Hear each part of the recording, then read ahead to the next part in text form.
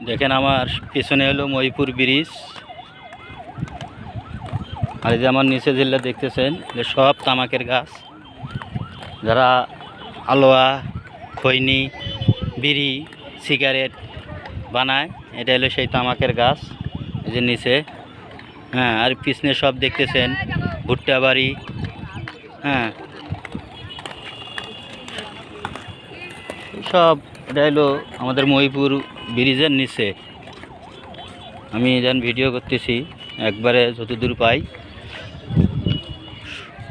মানে সন্ধ্যার সময় খুব সুন্দর একটা বেলা ডুবা ডুবা ভাব, বেলা ডুবে গেছে, খুব একটা আরামদায়ক একটা।